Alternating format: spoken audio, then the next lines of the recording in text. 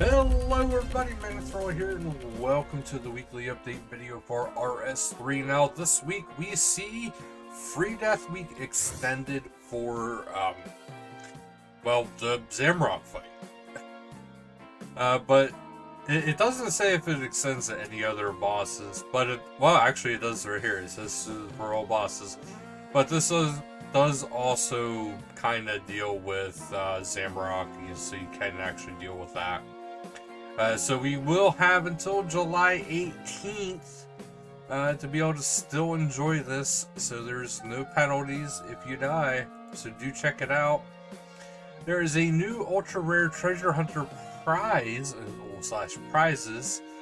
So this comes with the power of foresight. The promotion is unique. 3 chests of completely visible prizes, including rarity modifier that you can choose between. But if that's not enough, they're introducing brand new prizes to add more valuable items to the rare end of the prize pool, which has been rather lackluster. And these prizes are apparently pretty good. We have a superior knowledge bomb. So they give double XP for 1 hour and can be activated whenever you want the explosive XP boost. So this is basically a double XP on the go. The small knowledge bomb, we already know about. It does give 1.5 XP buff, and there is some restrictions that do apply, so you can't get everything for everything. Basically, it mostly applies to like the invention thing, where you don't get quite what you're thinking, and also like prayer XP boosts, such as like the Gilded Altar, the Chaos Altar. Powder burials, auto sanctifier, those kind of things where it already has an impressive amount of boosts.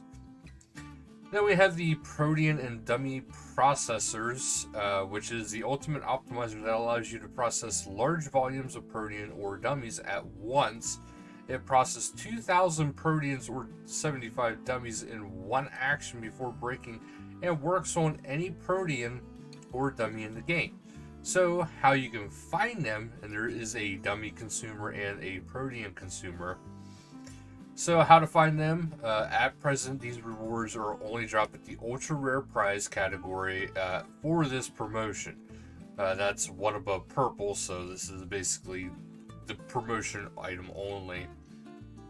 Because they're ultra rare, they put them in the boxes containing multiple items to make any find truly special. So here are the ultra rare prize boxes for Foresight. Box of superior knowledge bombs contains 10 superior knowledge bombs. Box of Protean processors contains 5 Protean processors. Box of death touch darts contains 10 death touch darts. And then you got the dummy processors, which contains 5 of the dummy processors.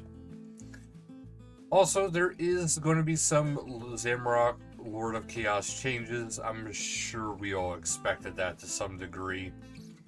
And we have the world's first race, and there is some stuff that is actually already came out of this very early on too. So the following players have emerged victorious. This is a solo that's sus. Extra props for the Iron Man status. This is a solo Iron Man. Duo, you have Kevo and Chippy. Trio, Trink, Linus, and Olivando. Quads, Beta Fox, Legos, Yeoman, and Mainly Died. They are also the first ever 100% enrage kill.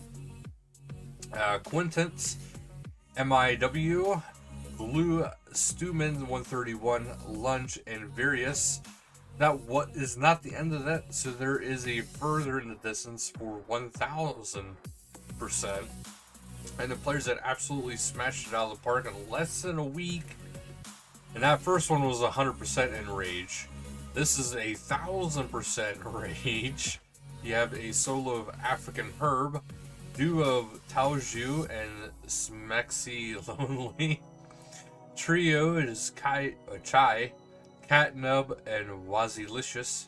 Quads, Bloody, Asliam, Wiztot, and Shadowfox. And quintets of PUP, Supup, Damawow, Washley, Goat, and Evil Lucario. I'm actually surprised Evil Lucario wasn't up at the top one too. And for solo. And we do have an upcoming live stream, which is Wednesday, July 12th at 1600 game time. JVM, Zamrock, Lord of Chaos, so they'll be going over that a bit. We have the Community Showcase, which we have a nice landscape here from 1 to 99 Artscape. And an absolutely, I believe it's Frenesque. I could be wrong. We have another one with That's Badass Wood Art. And as it's titled, it is basically wood art that they made for basically, looks like a sign for RuneScape itself. More of the old school kind of logo.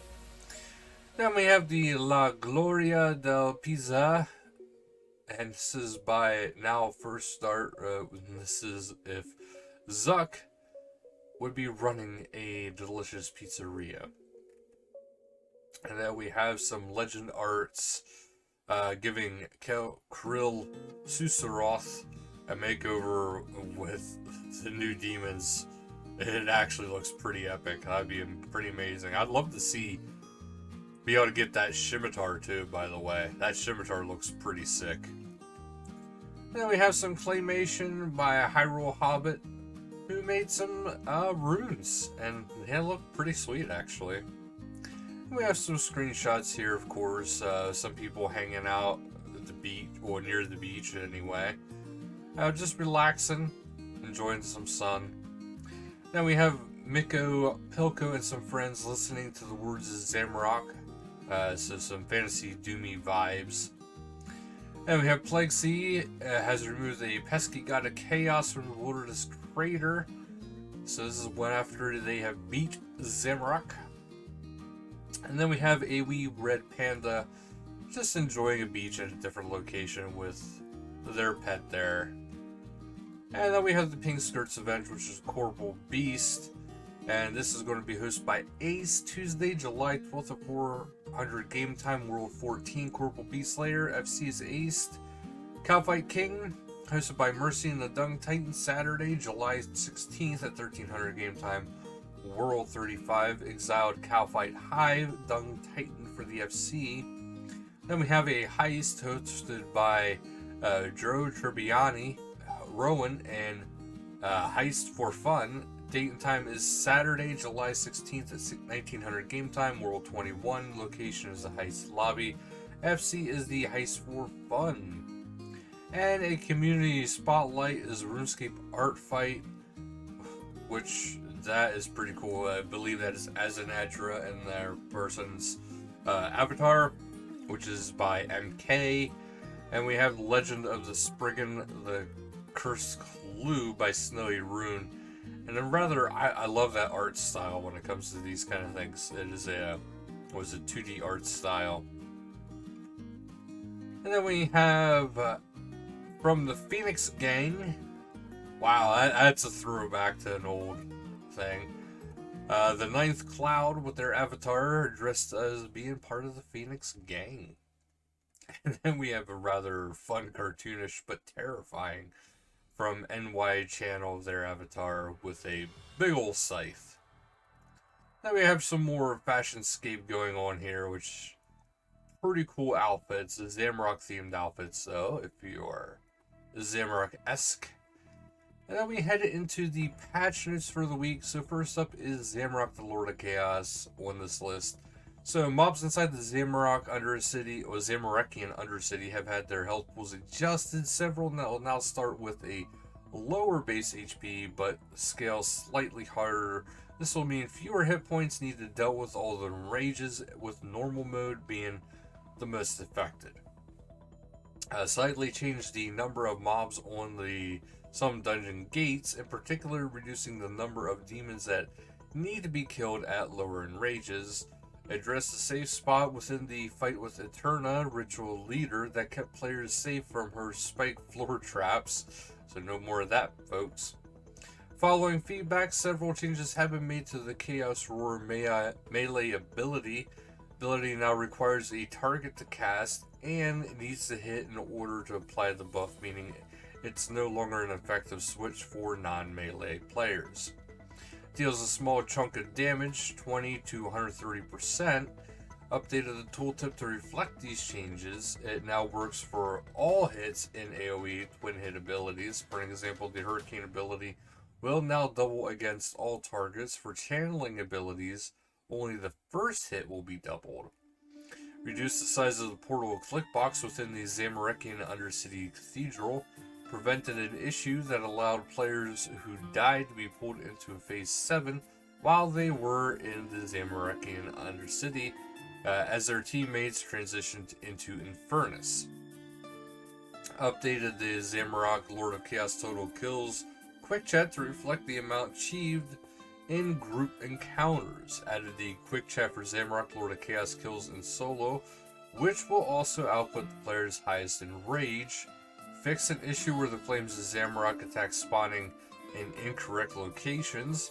Fixed an issue causing the Zamorak boss to spawn his minions in the wrong locations. Fixed an issue with the Zamorak reward chest not spawning for the players who died during the encounter. Fixed a crash on Intel GPU devices when entering the Zamorak boss dungeon. Fixed an issue where missing healing from the Guardian's Triumph buff during the Zamorak encounter. Fixed an issue where the haste effect would not correctly reduce the cooldown of the Disruption Shield spell. Corrected some typos in the Zamorak Coven General's Hex tooltip. Fixed an issue with the executed hit plate, which was not displaying incorrect language on non-English clients. Burnt Bones now work with the Bow Crusher item. The hotfix is story mode. Damage reduction is now applied correctly. For reference, the figure is 90% damage reduction compared to normal mode. Reduce the HP skilling of mobs within the Zamorak Undercity by 66% in Enraged mode. Fix an issue causing lower player attack range during Phase 7, preventing some channeled abilities from being used. Fix an issue that would prevent high scores logging in some situations where a player died. Fix a rare issue where players would be affected by Zamorak's world-ending AoE attack if they died and were outside of the boss arena.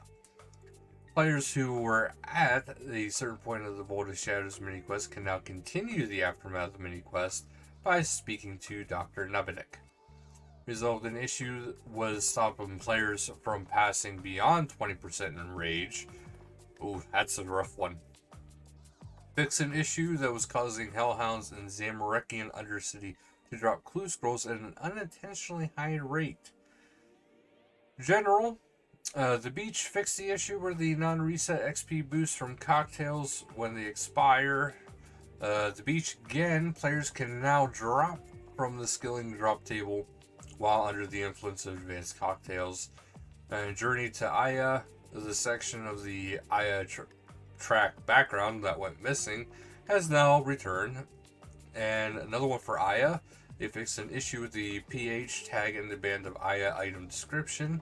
And one more for Aya, fixed an issue causing the permitter override checkbox to not persist when reopening the interface for the Aya track pets.